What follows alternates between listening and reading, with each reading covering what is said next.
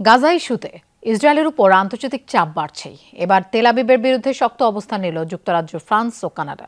উপত্যকায় সামরিক অভিযান অবিলম্বে বন্ধ না করলে তেল আবিবকে নিষেধাজ্ঞার হুঁশিয়ারি দিয়েছে প্রভাবশালী দেশ তিনটি। আন্তর্জাতিক প্রতিযোগিতা থেকে ইসরায়েলকে বয়কটের দাবি জানিয়েছে স্পেন। গাজায় প্রয়োজনীয় ত্রাণ প্রবেশের দাবিতে একযোগে বিবৃতি দিয়েছে 22 ইউরোপীয় দেশ।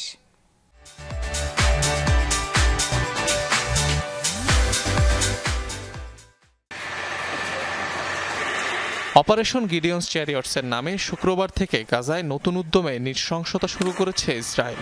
আরও উদ্ধত, আরও আগ্রাসী রূপে তাণ্ডব চালাচ্ছে নেতানিয়াহু বাহিনী। মাত্র 4 দিনেই প্রায় 600 ফিলিস্তিনির প্রাণ কেড়ে নিয়েছে নির্মম এই অভিযান।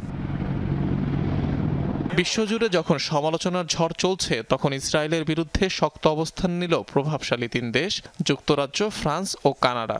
নেতানিয়াহু প্রশাসনের কর্মকাণ্ডকে জঘন্য আখ্যা দিয়ে তেল আবিবের পাশে না দাঁড়ানোর ঘোষণা দিয়েছে তারা। অবিলম্বে চলমান সামরিক অভিযান বন্ধ না করলে নিষেধাজ্ঞার হুঁশিয়ারিও দিয়েছে।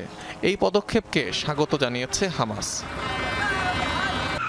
প্রায় 80 দিন অভুক্ত রাখার পর সোমবার উপত্যকায় সীমিত পরিসরে ত্রাণ প্রবেশের অনুমতি দিয়েছে ইসরায়েল, যা 24 লাখ অনাহারী গাজাবাসীর জন্য অপ্রতুল। তাই ত্রাণ সংক্রান্ত বিধিনিষেধ দ্রুত তুলে নেওয়ার তাগিদ লন্ডন, প্যারিস, অটোয়ার। এদিকে গাজায় আগ্রাসনের জেরে ইউরোভিশন সহ ইউরোপের বিভিন্ন আন্তর্জাতিক আয়োজন থেকে ইসরায়েলকে বাদ দেওয়ার দাবি জানিয়েছে স্পেন।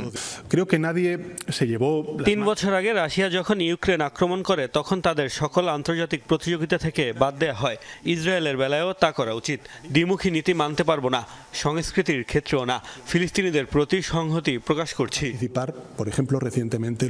ফ্রান্স, স্পেন সহ গাজা ইস্যুতে ফিলিস্তিনিদের পক্ষে আওয়াজ তুলেছে ইউরোপের মোট 22টি দেশ। উপত্যকায় প্রয়োজনীয় ত্রাণের পূর্ণ সরবরাহের দাবিতে বিবৃতি দিয়েছে দেশগুলো।